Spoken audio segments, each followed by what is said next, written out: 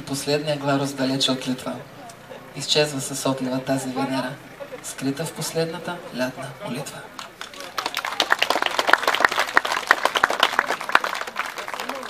И последната работа, с която ви казвам приятна вечер.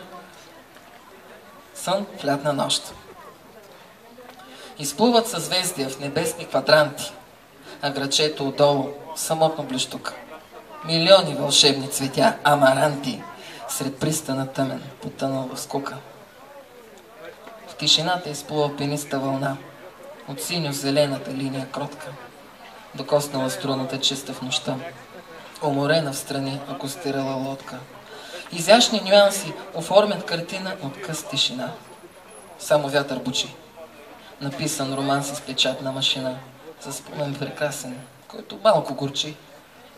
В залива дремят желания скрити, сред пътека от светещи точки заслана.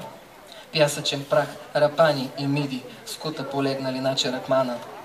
Спи си грачето, едвам го дочула сто на нощта. То добър е, то лош. Разголени тъмни поля лавандула, а бледа картината сън в лятна нощта.